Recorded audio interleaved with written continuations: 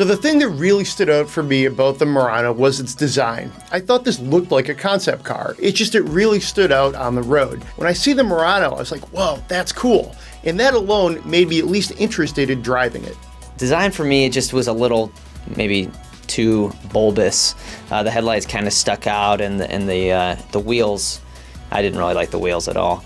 So we chose the white leather on our car knowing that the dye from Blue Jeans was going to transfer to the seats. That happened. It was pretty easy to clean up with some leather cleaner, but again, I probably wouldn't choose that in my own personal car. They really tried to bring some interesting textures and surfaces into the interior, this almost kind of like marble look to some of the plastic. I think it gave them sort of a high-end feel. The Nissan Murano, a good way to express my grievances with this vehicle is that it was precisely okay. You need to do something more than heated seats and a touchscreen infotainment system. That's not gonna win me over. That coupled with, the very milquetoast interior, the bad visibility in my opinion, it really just kind of brought the entire experience down for me. I really liked a lot of the interior features of the Murano. There were a lot of creature comforts that worked well and that we used often, specifically the 4 heated seats, 2 in the front and 2 in the back. Those really came in handy,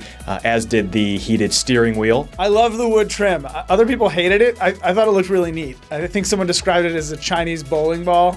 I thought it was fancier. More like Macau Casino.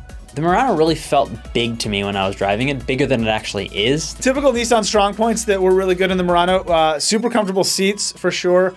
The around view monitor for parking, you get that bird's eye view and you can kind of steer and make sure you're not hitting anything all the way around you. I don't know if anyone else tried it, but there's this Nissan Connect app and that lets you do things like put Pandora on the infotainment screen. I never got it to work. It was very comfortable for 4 adults and allowed us to fit all our gear in the back, but it also had plenty of pickup power. It had a decent engine in it. I really thought the Murano, it was very comfortable for long trips. I drove it up north, which is about 4 or 5 hours away, a dozen times, and it was always very comfortable on those long drives. I thought the adaptive cruise was really good. It was really smooth with the integration. I only wish it had lane keeping because, if you're not working the gas and brake, you shouldn't have to work the steering either. It's ridiculous that you would have to drive a car.